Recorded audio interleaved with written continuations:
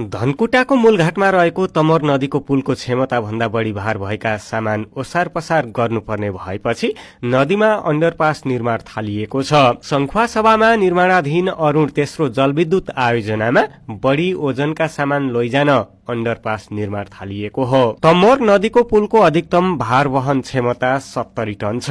जलविद्युत आयोजनाका लागि transformer, turbine लगायत भारी उपकरण सहित 140 टन सम्मका सामग्री ल्याउनु पर्ने भएकाले अण्डरपास निर्माण थालिएको हो। बढी तौल भएका सामान लोड गरिएको गाडी पुलबाट आवतजावत गर्दा पुलमा क्षति पुग्न सक्ने भएकाले पुल नजिक नदीमा करिब 60 मिटर लामो अण्डरपास बनाइदैछ।